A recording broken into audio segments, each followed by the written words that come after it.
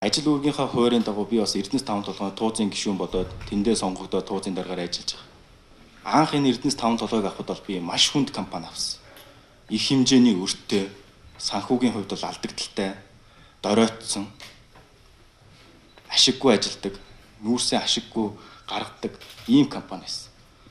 За энэ компанийг аваад би өөрөө математикч хүн, бас тооцсон бодох математикаараа мэрэгсэн хүний хувьд яаж энийг ашигтай ажилуулах тал дээр бас нэлээд ажилласан. Энэ бол амархан бодлого л да, зүгээр л тээврийн бодлого юм байна.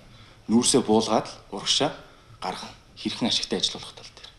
Тэгээ санхүүгийнх нь байдлыг авч үзсэн чинь маш олон тийм зөрчлүүд бол гарсан. Энгийн жишээ хэлэхэд Эрдэнэс 5 толгой 4 дэд захиралтай. Хоёр хүн нь бол гадаад захирлаас. Ангус Макдоналдс, нөгөөх нь болохоор Грэм Хэнкок. За энэ хүмүүстэй хийсэн гэрээг нь судалж үзсэн. Гэрээг нь судалж үзэхэд энэ Ангус Маркус гэдэг хүнтэй хийсэн гэрээ бол жилдээ 500 сая төгрөгийн цалинтай.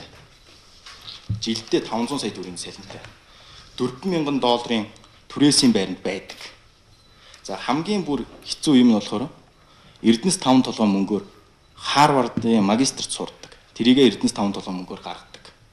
За өөрөө хувийн ашиг сонирхлын зөрчилтэй Эрнест Янг гэдэг хувийн байгууллагад ажилладаг мөртлөө Эрнест Янг гэдэг компанитай гэрээ хийсэн байх жишээ. 350 мянган Америк долларын гэрээ хийсэн. Бүх гэрээ, бүх баримт, бүх факт нь бол надад байгаа.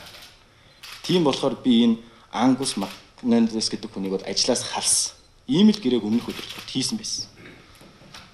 За бас Грэм Хэнкок гэдэг бас хүнийг бас халсан ажилласан.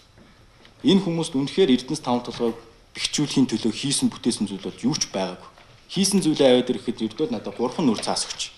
3 нүр шүү. 3 нүр. Тэгээд энэ хүмүүсийг ажлаас халсан. Тэгээд удирдлагын зардал бол 65%-аар буурсан. Ийм юмнуудыг бол энэ Эрдэнэс 5 толгойд орсноор хийж эхэлсэн. Ер нь бол энэ Эрдэнэс 5 толгой гэдэг компанид бол маш олон ашиг сонирхлын зөрчлүүд байдгийн байлээ. Тийм ч утгаараа би туузын тогтоол гаргаад Эрдэнэс 5 толгойд санхүүгийн болон аудитын шалгалт бол хийлгэсэн байна. 2012 оны 10 дугаар сарын 30-ны өдөр.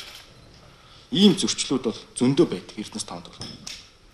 Тэгээд л ингээд бас дахиад хяналт шалгалт хийгээд эхлэнгүүд л Эрдэнэс 5 толгойтой холбоотой шалгалт хийнгүүт зарим хүмүүс дахиад надад дургуутсад эхэлж. Тэгснээ гинт 17 тэрбумч кино тим хэрэгээр огт үндэслэлгүйгээр бүтгэн доромжлох байсан. Би ч тухайн үед хэвлэл мэдээллийн хэрэгслэр бол бас хийлсэн. Намайг бүтгэж байна гэж. Тэгээ яг үедээ ажил хийж явах үед хил ам янз бүрийн зүйл гарна гэдээ урагшаа алхаж явсан. Гэтэл улам бүр доромжлох.